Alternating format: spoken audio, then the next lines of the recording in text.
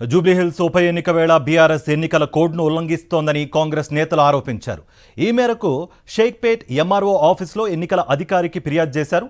చర్చీలు, మతపరమైన ప్రదేశాల్లో బీఆర్ఎస్ ప్రచారాలు చేపడుతోందని కంప్లైంట్లో పేర్కొన్నారు కాంగ్రెస్ నేతలు. నిరాధారమైన ఆరోపణలు చేస్తూ ఎన్నికల్లో లబ్ధి పొందాలని చూస్తున్నట్లుగా అధికారికి వివరించారు.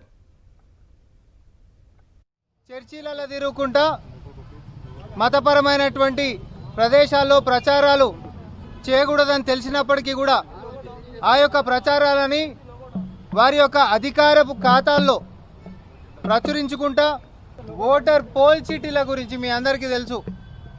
గతంలో ఎన్నికల కోడ్ రాకంటే ముంగటనే నానా యాగి చేసినటువంటి బీఆర్ఎస్ పార్టీ మరి ఈరోజు పోల్ చీటీలు పంచుకుంటా, క్యాండిడేట్ యొక్క ఫోటోలతోటి పోల్ చీటీలు పంచుకుంటా రెడ్ హ్యాండెడ్గా అడ్డంగా దొరికినటువంటి సంగతి మీ దృష్టికి తెస్తా ఉన్నాం. రిటర్నింగ్ ఆఫీసర్ గారికి కూడా ఆధారాలతోటి మేము ఈరోజు ఇచ్చినాం. ఓటర్ ఐడి కార్డులు ఎన్నికల కోడ్ లేకంటే ముంగటనే నానా యాగి చేసినటువంటి బీఆర్ఎస్ పార్టీ ఈరోజు ఇట్లాంటివి పోల్ చీటీలు, వారి యొక్క అభ్యర్థి ఫోటోలు, అన్ని డీటెయిల్స్ తోటి, పేరు ఫోటోలతోటి మరి ఇంటింటికి పోయి పంచేటటువంటిది అన్ని డివిజన్లలో కూడా పాల్పడినటువంటి దాన్ని మేము ఈరోజు అక్కడ పంచుతున్నటువంటి వాళ్ళని రెడ్ హ్యాండెడ్గా పట్టుకోవడము జరిగింది. వాటిని వీడియోలు తీయడం కూడా జరిగింది.